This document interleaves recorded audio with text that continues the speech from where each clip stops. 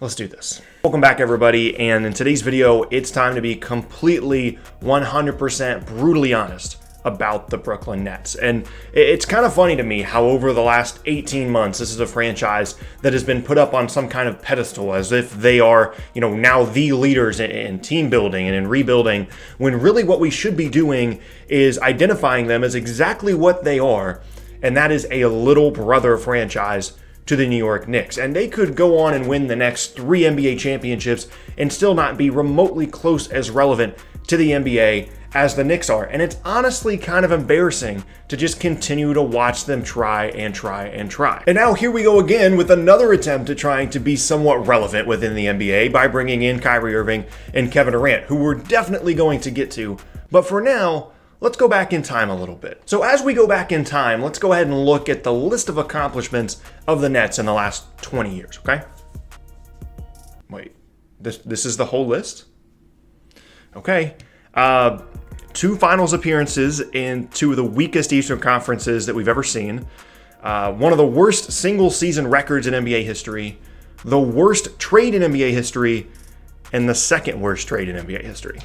Seriously, they just gave away Damian Lillard and Jason Tatum and who knows what else for a chance at a couple of 40-win seasons, which, keep in mind, it's the Nets, so they're doing pretty good there. And then right there within that same stretch, they had a 12-win season, which coincidentally is right around the same number of actual Nets fans that there are in the world. But on the bright side for them, that did allow them to kind of build things up the right way. They reset and realized, okay, this isn't going to work. Let's go ahead and develop our young players. Let's get some smart people in the front office and in the coaching staff. Let's build things up the right way. And they lost for years and years and years, and scratched and clawed their way to a remarkable and improbable and outstanding, a historically record-breaking 42-win season last year. Seriously, if you had just paid attention to the media coverage and the articles that were coming out about that Nets team last year and this rebirth as a franchise, and you didn't actually look at their record, you would have thought that they made the Eastern Conference Finals or something. But, I mean, it is the Nets, so that 42 wins is pretty nice, considering it's the best record they've had in, 7 years. But then, as soon as they started to have, I wouldn't even call it relevance, I would call it just a little bit of success. As soon as that started to happen, it's like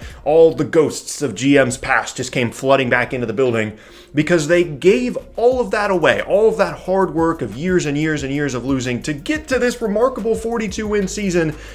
They gave away all of that stuff to sign the Stephon Marbury of this era, a guy that requested a trade off of a title team and then proceeded to ruin the chemistry of another team before he came to Brooklyn. And then also a guy that couldn't walk when they signed him. Seriously, they signed Kevin Durant and Kyrie Irving to a max, and for what? Just to watch another super team go up in flames?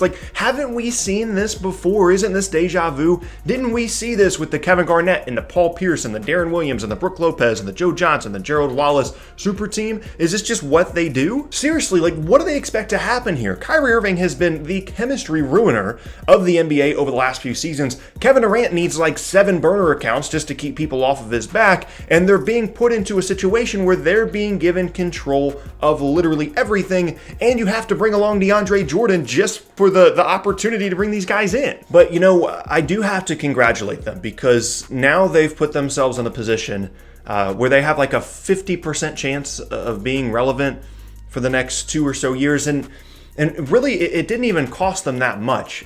It just cost them 4 years of losing, letting go of an early 20s first-time All-Star point guard in free agency, about $300 million in salaries, having DeAndre Jordan on the team, their first good head coach in years, and likely the sanity of everyone involved. That, honestly, it's a pretty small price to pay, for a slight chance of maybe winning 45 games over the next 2 seasons. So seriously, congratulations to the Nets. You found a way to scratch and claw your way to some little small bit of relevance, and enjoy it for the next 24 months at best, because pretty soon you're going to be right back where you belong, in a place that you're very comfortable, right back in the cellar of the NBA. So enjoy your brief time in the spotlight. If anyone from the Nets sees this, I'm sorry, it was a joke.